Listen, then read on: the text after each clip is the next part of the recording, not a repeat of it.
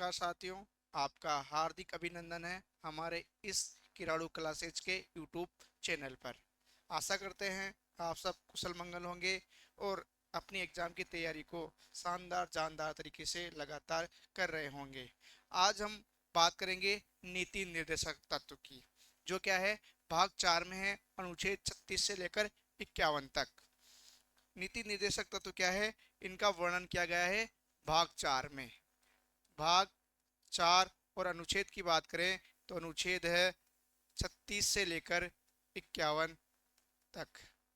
36 से 51 तक क्या है, हमारे नीति निर्देशक तत्व है। नीति निर्देशक तत्व है। भाग 4 है अनुच्छेद 36 से लेकर 51 तक।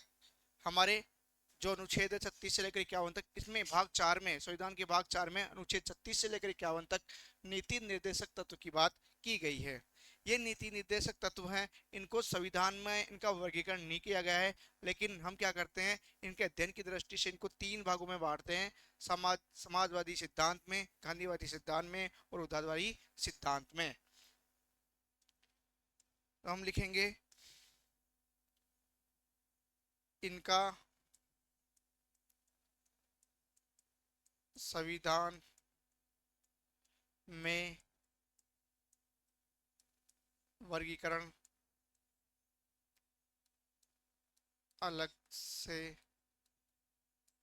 नहीं किया गया है, फिर भी इनको अध्ययन की दृष्टि से, अध्ययन की दृष्टि से 3 वर्गों में बांटा जाता है। इनका संविधान में जो नीति निर्देशक तत्व है, इनका संविधान में अलग से वर्गीकरण नहीं है, लेकिन हम क्या करते हैं, अध्ययन की दृष्टि से 3 भागों में बांटते हैं। कौन कौन से में? समाजवादी सिद्धांत, गांधीवादी सिद्धांत और उदारवादी सिद्धांत। तो हम इनको 3 भागों में बांटते हैं। तो एक तो बांटते हैं इनको समाजवादी सिद्धांत, समाजवादी सिद्धांत में। एक बांटते हैं इनको गांधीवादी सिद्धांत में।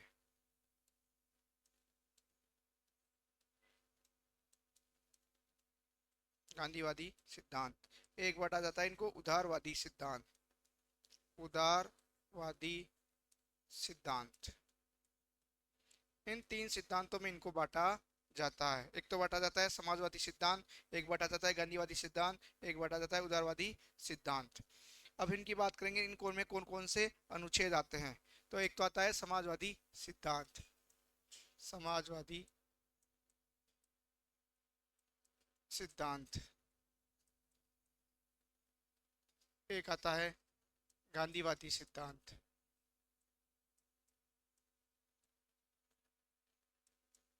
और एक आता है, तीसरा आता है उदारवादी सिद्धांत, उदार बौद्धिकवादी सिद्धांत या उदारवादी सिद्धांत इसमें आता है।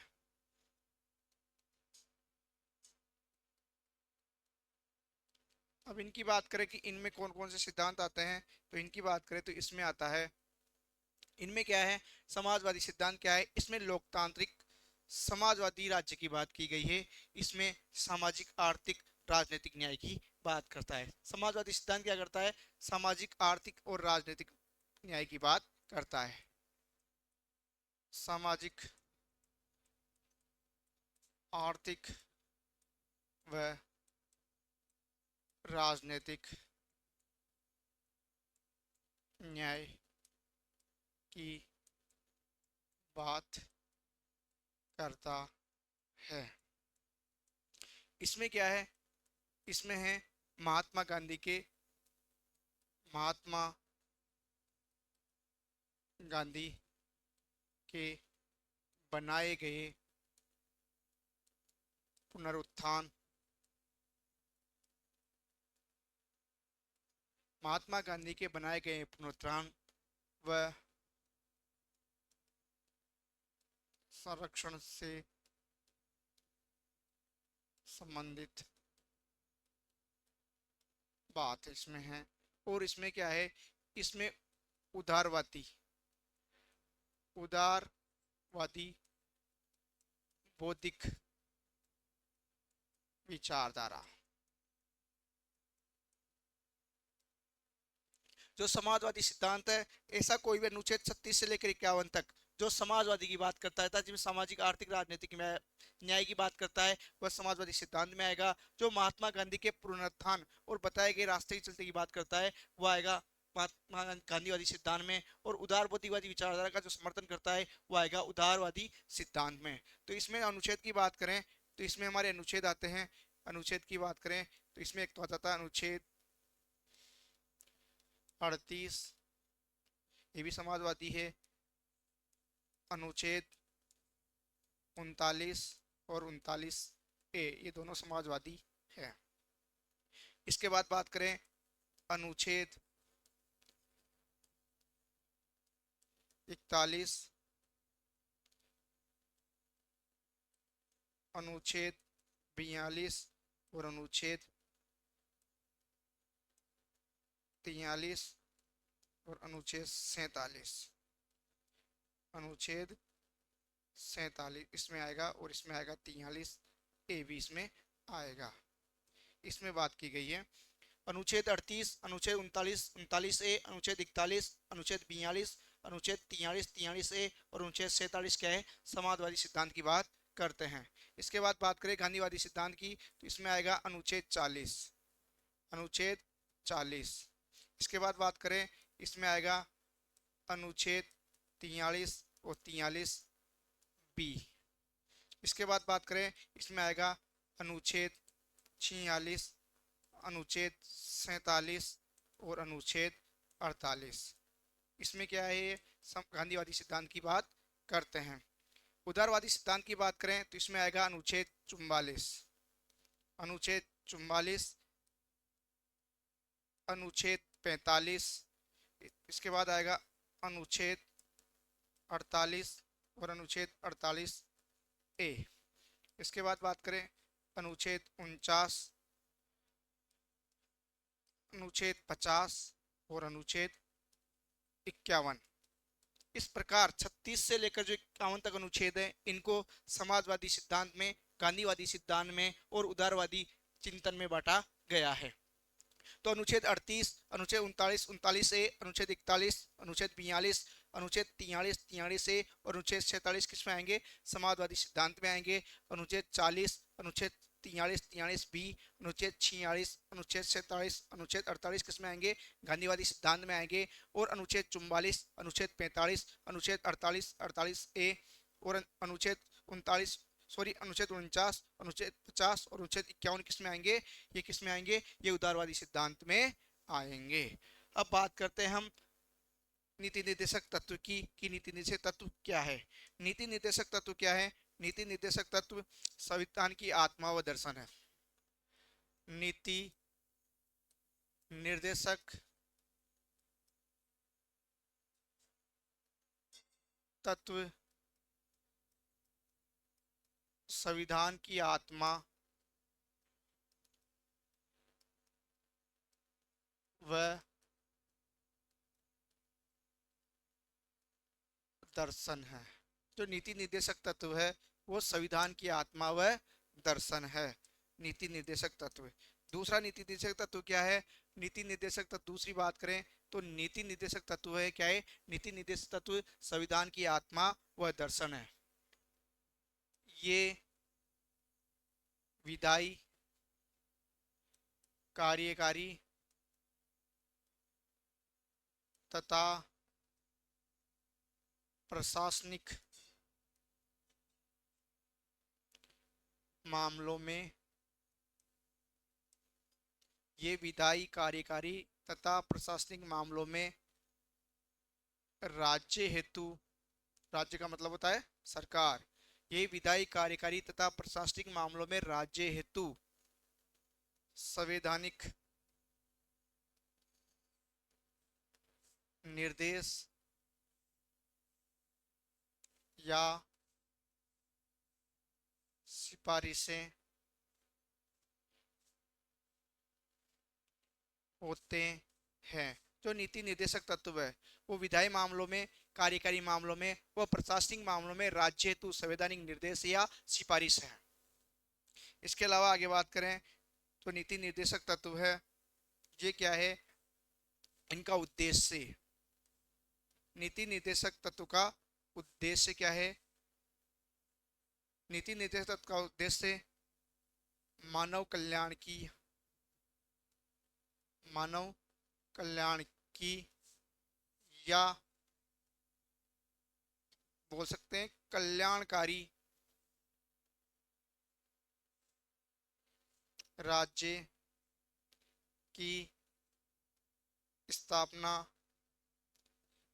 करना है। और जो नीति निर्देशक तत्व है उनका उद्देश्य कल्याणकारी राज्य की स्थापना करता, अर्थात मानव का कल्याण करना, जनता का कल्याण करना। इसके अलावा एक नेक्स्ट बात करें तो ये नीति निर्देशक तत्व है, नीति निर्देशक तत्व, नीति निर्देशक तत्व न्यायालय द्वारा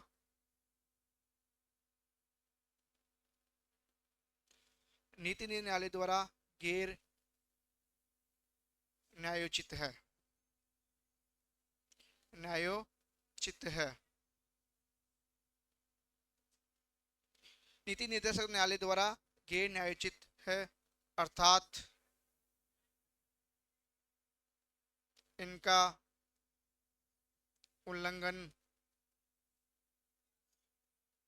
होने, अर्थात नीति निर्देशक तत्व का उल्लंघन होने पर न्यायालय द्वारा इनको लागू नहीं करवाया जा सकता है। न्यायालय द्वारा इनको लागू नहीं करवाया जा सकता है। कि न्यायालय क्या है, ये नीति निर्देशक तत्व क्या है, गैर न्यायोचित है, गैर न्यायोचित है, अर्थात इनको न्यायालय के द्वारा अगर इनका उल्लंघन होता है, यदि हमारे नीति निर्देशक तत्व का उल्लंघन होता है तो हम न्यायालय में नहीं जा सकते। जिस प्रकार हमारे मूल अधिकारों का उल्लंघन होने पर न्यायालय क्या करता है, रिट जारी कर सकता है, लेकिन यदि हमारे नीति निर्देशक तत्व का उल्लंघन होता है तो हम उनको न्यायालय द्वारा क्या कर सकता है, उनको लागू नहीं करवाया जा सकता। इसलिए नीति निर्देशक तत्व गैर न्यायोचित होते हैं। मूल अधिकार तो क्या होते हैं, न्यायोचित होते हैं, लेकिन नीति निर्देशक तत्व क्या होते हैं, गैर न्यायोचित होते हैं, अर्थात इनका उल्लंघन होने पर न्यायालय द्वारा इनको लागू नहीं करवाया जा सकता। इसके बाद हम बात करेंगे अनुच्छेद 36 की। तो हमारा बात आता है पहले अनुच्छेद 36। तो जो नीति निर्देशक तत्व है क्या है, संविधान की आत्मा व दर्शन है। नीति निर्देशक तत्व का उद्देश्य क्या है, कल्याणकारी राज्य की स्थापना करना, अर्थात मानव का कल्याण करना।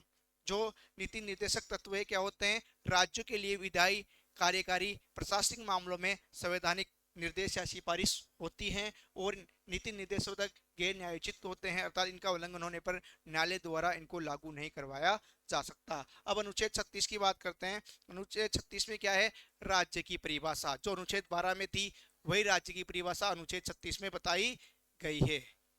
अनुच्छेद 36 में राज्य की परिभाषा है, राज्य में निम्नलिखित शामिल होते हैं, राज्य में निम्न को शामिल किया गया है। किनको शामिल किया गया है राज्य में, तो सबसे पहले राज्य में बात करें किनको शामिल किया गया है राज्य में। एक तो किया गया है संघ की विधायिका व कार्यपालिका, संघ की विधायिका, संघ की विधायिका व कार्यपालिका, संघ की विधायिका व कार्यपालिका को शामिल राज्य में किया गया। दूसरा इसमें किया गया है राज्य की विधायिका व कार्यपालिका, राज्य की विधायिका व कार्यपालिका, राज्य की विधायिका व कार्यपालिका राज्य में शामिल है। अनुच्छेद 36 में क्या है? अनुच्छेद 36 में राज्य की परिभाषा है और अनुच्छेद 12 में भी राज्य की परिभाषा है। इसमें राज्य का मतलब है संघ की विधायिका व कार्यपालिका, राज्य की विधायिका व कार्यपालिका। तीसरा है सार्वजनिक सार्वजनिक क्षेत्र के उपक्रम। सार्वजनिक क्षेत्र के उपक्रम। सार्वजनिक क्षेत्र के उपक्रम किसमें शामिल किए गए हैं? सार्वजनिक क्षेत्र के उपक्रम राज्य में शामिल किए गए हैं, ये भी राज्य के अंतर्गत आते हैं, सार्वजनिक क्षेत्र के उपक्रम। और लास्ट इसमें एक राज्य में आता है राज्य निधि द्वारा पोषित। राज्य निधि द्वारा पोषित संस्थान को भी राज्य की परिभाषा में शामिल किया गया है। तो अनुच्छेद 36 की बात करें तो अनुच्छेद 36 में क्या है? राज्य की परिभाषा है। इसमें राज्य में क्या क्या शामिल किया गया है? संघ की विधायिका व कार्यपालिका को, राज्य की विधायिका व कार्यपालिका, सार्वजनिक क्षेत्र के जो उपक्रम हैं और राज्य की नीति से जो संचालित संस्थान होते हैं, उन सबको क्या किसमें शामिल किया गया है? उन सबको राज्य में शामिल किया गया है, उनको राज्य में शामिल किया गया है। तो अनुच्छेद 36 में राज्य की परिभाषा है और यही राज्य की परिभाषा अनुच्छेद 12 जो हमारा मूल अधिकार है उसमें बताया गया है। इसके बाद आता है अनुच्छेद 37। इसके बाद कौन सा आता है? अनुच्छेद 37। अनुच्छेद 37 में क्या है? अनुच्छेद 37 में बताया गया है कि जो हमारे मूल अधिकार है, जो मूल अधिकार नहीं, नीति निर्देशक तत्व है, ये क्या है? अपरिवर्तनीय है, अर्थात परिवर्तनीय नहीं है। तो इसमें बताया गया है नीति निर्देशक तत्व, नीति निर्देशक तत्व न्यायालय द्वारा, नीति निर्देशक तत्व न्यायालय द्वारा परिवर्तनीय, न्यायालय द्वारा परिवर्तनीय नहीं है। अनुच्छेद 36 में क्या लिखा गया है? अनुच्छेद 37 में लिखा गया है कि नीति निर्देशक तत्व न्यायालय द्वारा परिवर्तनीय नहीं है, अर्थात ये क्या है? अपरिवर्तनीय है। अर्थात क्या है? ये अपरिवर्तनीय है, अर्थात को न्यायालय द्वारा लागू नहीं करवाया जा सकता। अनुच्छेद 37 में लिखा है नीति निर्देशक तत्व न्यायालय द्वारा परिवर्तनीय नहीं है, अर्थात न्यायालय द्वारा इनको लागू नहीं करवाया जा सकता। परिवर्तनीय नहीं है मतलब क्या है? इसका मतलब हम क्या निकाल सकते हैं? अपरिवर्तनीय है, अर्थात इनको न्यायालय द्वारा लागू नहीं करवाया जा सकता, अनुच्छेद 37 में लिखा गया है। अनुच्छेद 38 की बात करते हैं जो एक समाजवादी सिद्धांत है। अनुच्छेद 38 क्या है? एक समाजवादी सिद्धांत है। अनुच्छेद 38 ये क्या है? अनुच्छेद 38 क्या है? एक समाजवादी सिद्धांत। अनुच्छेद 38 39 क्या है? समाजवादी सिद्धांत। अनुच्छेद 38 क्या है? एक समाजवादी सिद्धांत। इसमें क्या कहा गया है? इसमें बताया गया है, अनुच्छेद 38 में क्या कहा गया है? अनुच्छेद 38 में बताया गया है कि राज्य क्या करेगा?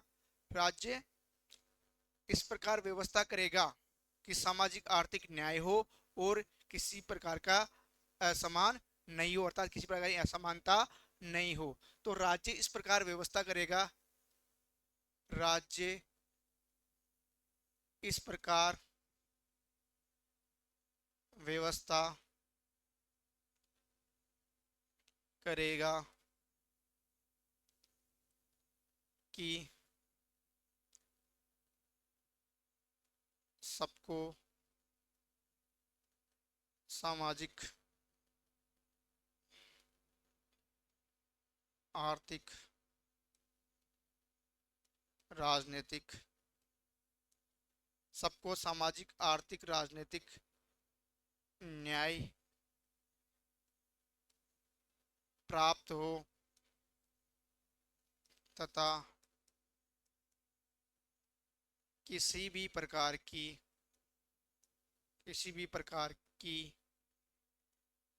असमानता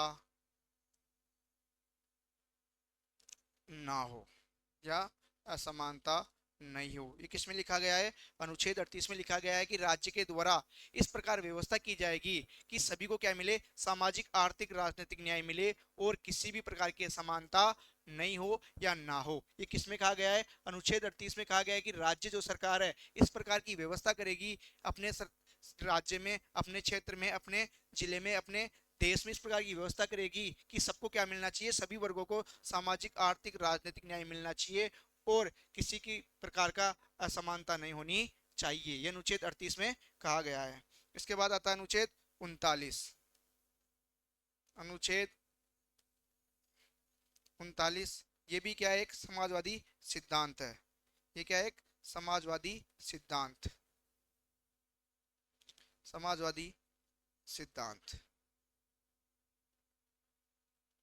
इसमें बताया गया है, इसमें कहा गया है, क्या कहा गया है, इसमें बताया गया है अनुच्छेद, इसकी बात करेंगे अनुच्छेद 39 में हम 39A, 39A की किसकी बात करेंगे, इसमें 39A की बात करेंगे, 39A, अनुच्छेद 39A की बात करेंगे इसमें, अनुच्छेद 39A, अनुच्छेद 39A, स्मॉल ए लिखेंगे, अनुच्छेद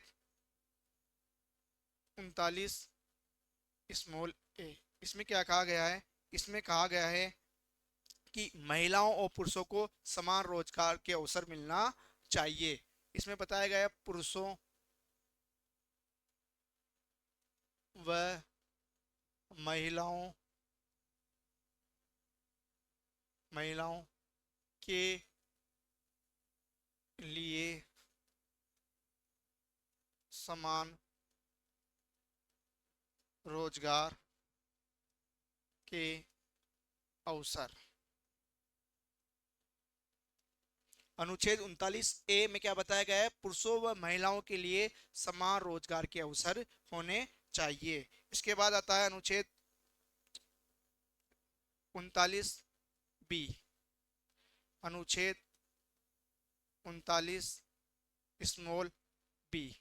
इसमें क्या कहा गया है, इसमें कहा गया है अनुच्छेद 39B में क्या कहा गया है कि राज्य भौतिक संसाधनों का स्वामित्व व नियंत्रण इस प्रकार करेगा कि इस भौतिक संसाधनों का स्वामित्व व नियंत्रण इस प्रकार करेगा कि सभी का क्या हो, सभी के हितों की पूर्ति हो। इसमें बताया गया है राज्य भौतिक संसाधनों का, राज्य भौतिक संसाधनों का स्वामित्व व नियंत्रण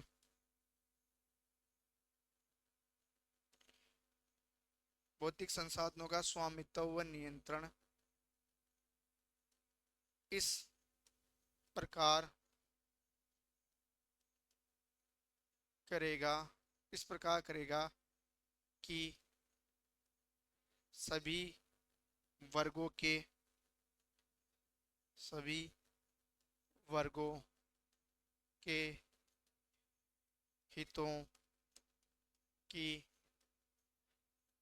पूर्ति हो, सभी के हितों की पूर्ति हो। ये किसमें कहा गया है, अनुच्छेद 39B जो हमने पढ़ा था ना कि 39B और 39C को लागू करने के लिए यदि हमारे अनुच्छेद 14, 19 और 31 मूल अधिकारों का उल्लंघन होता है तो भी अनुच्छेद 39B और 39C को योग्य संवैधानिक माना जाएगा। तो वही है, राज्य भौतिक संसाधनों का स्वामित्व व नियंत्रण इस प्रकार करेगा कि सभी वर्गों के हितों की क्या होनी चाहिए, पूर्ति होनी चाहिए। इसके बाद आता है अनुच्छेद 39C, अनुच्छेद 39C, इसमें क्या कहा गया है, अनुच्छेद 39C में कहा गया है कि राज्य अर्थव्यवस्था का प्रबंधन, राज्य अर्थव्यवस्था का प्रबंधन, अर्थव्यवस्था का प्रबंधन इस प्रकार करेगा कि धन व उत्पादन के साधनों का अहितकारी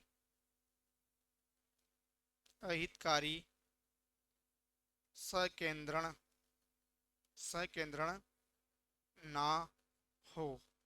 अनुच्छेद 39C में कहा गया है कि राज्य अर्थव्यवस्था का प्रबंधन इस प्रकार करेगा कि जो धन उत्पादन के संसाधन है, जो साधन धन उत्पन्न करने के उत्पादन, धन उत्पादन के संसाधन है, साधन है, उनका एक जगह केंद्रीकरण नहीं होना चाहिए, अहितकारी केंद्रीकरण नहीं हो जाए, कि अर्थात कि ऐसा नहीं हो कि जो धन है और उत्पादन है कि एक वर्ग के पास तो पैसा ही पैसा हो जाए और एक वर्ग क्या रह जाए, गरीब हो जाए। इस प्रकार की व्यवस्था नहीं होनी चाहिए। तो 39C में कहा गया है कि राज्य अर्थव्यवस्था का प्रबंधन इस प्रकार करेगा कि धन व उत्पादन के साधनों का अहितकारी संकेंद्रण नहीं होना चाहिए। अगर किसी के पास केंद्रण होना है तो वो हित को साधने वाला होना चाहिए, अहितकारी या कल्याणकारी होना चाहिए, अकल्याणकारी हित नहीं होना चाहिए। तो 39C और 39B को लागू करने के लिए क्या है, अनुच्छेद 14, अनुच्छेद 19 और अनुच्छेद 31 का उल्लंघन होता है तो भी क्या माना जाएगा, इनको संवैधानिक माना जाएगा। इसके बाद आता है अनुच्छेद 39D। अनुच्छेद 39D, अनुच्छेद 39D जो कई बार एग्जाम में पूछा गया है। इसमें क्या है, इसमें ये बताया गया है, अनुच्छेद 39D में क्या बताया गया है, महिलाओं एवं पुरुषों को, पुरुषों एवं महिलाओं को, पुरुषों व महिलाओं को समान कार्य के लिए समान वेतन, पुरुषों व महिलाओं को समान कार्य के लिए समान वेतन। ये कई बार एग्जाम में पूछा गया है कि अनुच्छेद 39D में क्या है, महिलाओं और पुरुषों के लिए समान कार्य के लिए समान वेतन की बात की गई है। या ऐसे पूछा गया है कि कौन से अनुच्छेद में, संविधान के कौन से अनुच्छेद में महिलाओं एवं पुरुषों के लिए समान वेतन की बात की गई है। तो हमारा राइट आंसर आएगा क्या, अनुच्छेद 39D। तो याद रखना डी भी कौन सा, स्मॉल डी, स्मॉल डी, छोटा डी, पुरुषों व महिलाओं को समान कार्य के लिए समान वेतन की बात अनुच्छेद 39D में बात की गई है। इसके बाद आता है अनुच्छेद 39E, अनुच्छेद 39E, अनुच्छेद 39E, अनुच्छेद 39E में क्या कहा गया है, अनुच्छेद 39E में कहा गया है कि कर्मकारों, महिलाओं और बच्चों को ऐसा कार्य करने के लिए बाध्य ना होना पड़े कि जो उनका सामर्थ्य का न हो। यदि कोई काम करने वाला है, महिला है या बच्चे हैं, तो वो इस प्रकार का ही काम करे जो उसके सामर्थ्य का हो। ऐसा कार्य नहीं कर सकते जो उसके क्षमता से बाहर का हो, उसके सामर्थ्य का ना हो। तो इसमें बताया गया है कर्मकारों, महिलाओं,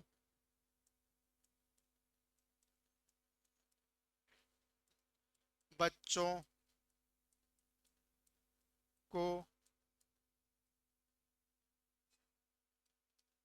इस प्रकार का कार्य करने के लिए बाध्य ना होना पड़े जो कार्य उनके सामर्थ्य का ना हो। अनुच्छेद 39 में क्या कहा गया है कि कार्य करने वालों, महिलाओं और बच्चों को इस प्रकार का कार्य करने के लिए बाध्य नहीं होना पड़े जो कार्य उनके सामर्थ्य का ना हो। अर्थात कर्मचारियों से, महिलाओं से एवं बच्चों से उसी प्रकार का कार्य करवाया जा सकता है जो उनके सामर्थ्य के अकॉर्डिंग है, जो उनके सामर्थ्य के, उनकी क्षमता के अनुसार है। इसके बाद आता है अनुच्छेद 39F, अनुच्छेद 39 स्मॉल एफ। इसमें बताया गया है, इसमें क्या बताया गया है, इसमें बताया गया है कि बच्चों को स्वच्छ वातावरण उपलब्ध करवाया जाएगा। इसमें बताया गया है बच्चों को स्वस्थ, या इसको बोल सकते हैं स्वच्छ वातावरण उपलब्ध करवाया जाएगा। कि बच्चों को क्या मिलना चाहिए, स्वस्थ वातावरण मिलना चाहिए, स्वच्छ वातावरण मिलना चाहिए, क्लीन इन्वायरमेंट मिलना चाहिए उनको। ये किस में बताया गया, अनुच्छेद 39 में बताया गया कि बच्चों को स्वच्छ वातावरण उपलब्ध करवाया जाएगा। इसके बाद आता है 39A, अनुच्छेद 39A। अब आएगा कैपिटल ए। अनुच्छेद 39A, यह कौन सा लेटर है? ये कैपिटल लेटर है, अनुच्छेद 39A। अब तक हमने पढ़ा अनुच्छेद 39A कि राज्य इस प्रकार व्यवस्था करेगा कि क्या हो, सभी को सामाजिक, आर्थिक और राजनीतिक न्याय मिले, है ना।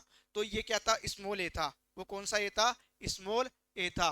अनुच्छेद 39 की बात की, इसमें बताया गया था पुरुषों और महिलाओं के लिए समान रोजगार। 38, अनुच्छेद 38 में तो होता है, अनुच्छेद 38 में क्या था कि राज्य इस प्रकार व्यवस्था करेगा कि सबको सामाजिक, आर्थिक, राजनीतिक न्याय मिले। अनुच्छेद 39 ये था पुरुषों व महिलाओं के लिए समान रोजगार के अवसर, ये स्मॉल ए था।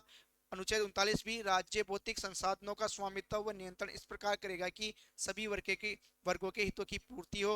अनुच्छेद 39C राज्य अर्थव्यवस्था का प्रबंधन इस प्रकार करेगा कि धन व उत्पादन के साधनों का अहितकारी संकेंद्रण ना हो। अनुच्छेद 39D पुरुषों व महिलाओं के लिए समान कार्य के लिए समान वेतन। अनुच्छेद 39C कर्मकारों, महिलाओं, बच्चों को इस प्रकार का कार्य करने के लिए बाध्य ना होना पड़े जो कार्य उनके सामर्थ्य का ना हो। अनुच्छेद 39F बच्चों को स्वच्छ वातावरण उपलब्ध करवाया जाएगा। अब अनुच्छेद 39A आता है, ये कैपिटल में आता है। अनुच्छेद 39 कैपिटल ए में, इसमें बताया गया है, इसमें क्या बताया गया है? इसमें बताया गया है कि समान न्याय व निःशुल्क, समान न्याय व निःशुल्क विधिक सहायता, कि सभी को समान न्याय मिले और सभी को निःशुल्क कानूनी सहायता मिले, ये अनुच्छेद 39A में बताया गया है। अनुच्छेद 39A में क्या बताया गया है? समान न्याय व निःशुल्क विधिक सहायता की बात अनुच्छेद 39A, और ए भी कौन सा है? Capital A. अगर अनुच्छेद 39 स्मॉल में आता है तो वह है समान रोजगार के अवसर, लेकिन अनुच्छेद 39A कैपिटल में आता है तो ये अनुच्छेद 39 कैपिटल में आता है तो इसका मतलब है समान न्याय व निःशुल्क विधिक सहायता। इसके बाद आता है अनुच्छेद 40। इसके बाद कौन सा आता है? अनुच्छेद 40। अगला अनुच्छेद आता है अनुच्छेद 40। अनुच्छेद 40 में क्या है? अनुच्छेद 40 में है ग्राम पंचायतों की स्थापना। ग्राम पंचायतों की स्थापना, तो इसमें बताया गया है अनुच्छेद 40 में राज्य पंचायती राज, राज्य पंचायती राज संस्थाओं की स्थापना करेगा। संस्थाओं की स्थापना करेगा व उनको सशक्त बनाएगा। ये कौन सा सिद्धांत है? ये है गांधीवादी सिद्धांत। ये कौन सा सिद्धांत? अनुच्छेद 40 गांधीवादी सिद्धांत है ये। अनुच्छेद 40 में क्या कहा गया है? अनुच्छेद 40 में कहा गया है कि राज्य के द्वारा पंचायती राज संस्थाओं की स्थापना की जाएगी और उनको सशक्त बनाने का प्रयास किया जाएगा। उनको क्या किया जाएगा? उनको सशक्त बनाने का प्रयास किया जाएगा। तो याद रखना पंचायती राज का मतलब क्या है यहाँ पर? ग्रामीण विकास। ग्रामीण विकास मतलब ग्राम पंचायत। तो एग्जाम में पूछा गया है कई बार कि कौन से अनुच्छेद में ग्राम पंचायतों की स्थापना की बात की गई है, तो आंसर आएगा हमारा अनुच्छेद 40। और ये कौन सा सिद्धांत है? गांधीवादी सिद्धांत। पंचायती राज संस्था मतलब ग्राम पंचायतों की विकास की बात किसमें की गई है? अनुच्छेद 40 में की गई है। इसके बाद हमारा अगला सिद्धांत आता है अनुच्छेद 41 में। अनुच्छेद 41, अनुच्छेद 41 ये कौन सा सिद्धांत है? यह समाजवादी सिद्धांत। समाजवादी सिद्धांत। अनुच्छेद 41 में क्या कहा गया है? अनुच्छेद 41 में कहा गया है, अनुच्छेद 41 में क्या गया है? अनुच्छेद 41 में कहा गया है कुछ दशाओं में काम, शिक्षा, लोक सहायता प्राप्त करने का अधिकार। कुछ दशाओं में, कुछ दशाओं में काम, शिक्षा, लोक काम, शिक्षा व लोक सहायता, कुछ दशाओं में काम, शिक्षा व लोक सहायता उपलब्ध करवाई जाएगी। कुछ दशाओं में काम, शिक्षा व लोक सहायता उपलब्ध करवाई जाएगी। ये अनुच्छेद 41 में लिखा गया है कि लोगों को अगर उनकी कंडीशन सही नहीं तो काम भी दिलाया जाएगा, गरीब वर्गों को शिक्षा भी मिलेगी और उनकी सहायता भी की जाएगी। ऐसे प्रबंध राज्य के द्वारा किए जाएंगे। किस दिशा में? कुछ दिशाएं हैं वो, उन कंडीशनों में उनको काम पर भी लगाया जाएगा, उनको शिक्षा भी प्रदान की जाएगी और उनकी लोक सहायता भी उपलब्ध करवाई जाएगी। इसके बाद आता है अनुच्छेद 42। अनुच्छेद 42 भी क्या है? अनुच्छेद 42 भी समाजवादी सिद्धांत है। अनुच्छेद 42 भी क्या है? समाजवादी सिद्धांत। अनुच्छेद 42 क्या है? समाजवादी सिद्धांत है। समाजवादी सिद्धांत। इसमें क्या कहा गया है? इसमें कहा गया है, अनुच्छेद 42 में क्या कहा गया है? अनुच्छेद 42 में कहा गया है, अनुच्छेद 42 में ये कहा गया है कि क्या होगा कि जो ये है कि जैसे गर्भवती महिलाएं उनको अवकाश मिलेगा, तो इसमें बताया गया है कि कुछ अवसर कि इसमें बताया गया अनुच्छेद 42 में क्या है। एक तो बताया गया है गर्भवती महिलाओं को अवकाश, इसमें है प्रसूति सहायता। ये अनुच्छेद किसमें है? 42 में है। ये क्या है? अनुच्छेद 42 में गर्भवती महिलाओं को अवकाश व प्रसूति सहायता अनुच्छेद 42 में बताई गई है। इसके बाद बात करते हैं अनुच्छेद 43। अनुच्छेद 43, अनुच्छेद 43। अनुच्छेद 43 क्या है? अनुच्छेद 43 भी क्या है? एक समाजवादी सिद्धांत है। समाजवादी सिद्धांत। इसमें क्या बताया गया है? इसमें बताया गया है निर्वाह योग्य मजदूरी और कुटीर उद्योगों की बात क्या की गई है? इसमें की गई है, अनुच्छेद 43 में की गई है। जो निर्वाह योग्य मजदूरी है वो क्या है? और कुटीर उद्योग है। सॉरी, ये किसकी बात की गई? इसमें इसमें की है गांधीवादी सिद्धांत की, गांधीवादी सिद्धांत की बात की गई है। तो ये क्या है? एक तो इसमें गांधीवादी सिद्धांत भी आएगा और इसमें कौन सा सिद्धांत आएगा? समाजवादी सिद्धांत भी आएगा। तो इसमें क्या किया गया है? इसमें क्या किया है? इसमें किया गया है निर्वाह योग्य मजदूरी, निर्वाह योग्य मजदूरी, निर्वाह योग्य मजदूरी व कुटीर उद्योगों की बात की गई है। कुटीर उद्योग की बात की गई है। कुटीर उद्योग किसमें है? ये निर्वाह योग्य मजदूरी और कुटीर उद्योग किसमें है? ये है अनुच्छेद 43 में और ये है गांधीवादी सिद्धांत। ये क्या है? गांधीवादी सिद्धांत। ये क्या है? गांधीवादी सिद्धांत है। ये गांधीवादी सिद्धांत। इसमें आता है अगला अनुच्छेद 43 से, अनुच्छेद 43 ए। अनुच्छेद 43 से ये क्या है? समाजवादी सिद्धांत। ये है समाजवादी सिद्धांत। ये समाजवादी सिद्धांत है। इसमें क्या कहा गया है? इसमें कहा गया है कि कर्मकारों को क्या मिलनी चाहिए? कर्मकारों को प्रबंधन में हिस्सेदारी, प्रबंधन में हिस्सेदारी दी जानी चाहिए। हिस्सेदारी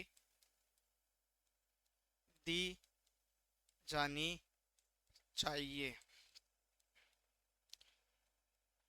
कर्मकारों को प्रबंधन में क्या मिलनी चाहिए? हिस्सेदारी मिलनी चाहिए। ये किसमें कहा गया है? ये समाजवादी सिद्धांत की बात करता है अनुच्छेद 43 से। अनुच्छेद 43 तो क्या है? निर्वाह योग्य मजदूरी और कुटीर उद्योग की स्थापना होनी चाहिए, अनुच्छेद 43 में है। अब अनुच्छेद 43 में क्या कहा गया है कि कर्मकारों को, जो भी कार्य करने वाले लोग हो, उनको प्रबंधन में हिस्सेदारी देनी चाहिए, उनको प्रबंधन में शामिल करना चाहिए। इसके बाद आता है अनुच्छेद 43 बी, जो 97वें संविधान संशोधन 2011 के द्वारा जोड़ा गया। अनुच्छेद 43 बी, इसमें क्या है? अनुच्छेद 43 बी में क्या है? सहकारिता को प्रोत्साहन, सहकारिता को प्रोत्साहन। यह अनुच्छेद 43 बी में है। अनुच्छेद 43 बी में क्या है? सहकारिता को प्रोत्साहन। ये कब जोड़ा गया? ये 97वां संविधान संशोधन, ये 97वां संविधान संशोधन 2011 के द्वारा जोड़ा गया। संविधान संशोधन 2011 के द्वारा इसको जोड़ा गया। इसमें क्या बताया गया है कि सहकारिता को क्या मजदूरों के लिए क्या करना चाहिए, सहकारिता समितियों का स्थापना की जानी चाहिए। मजदूरों के लिए क्या करना चाहिए, सहकारिता या सहकारी समितियों की स्थापना करनी चाहिए। इसमें यह कहा गया है कि मजदूरों के लिए क्या करनी चाहिए,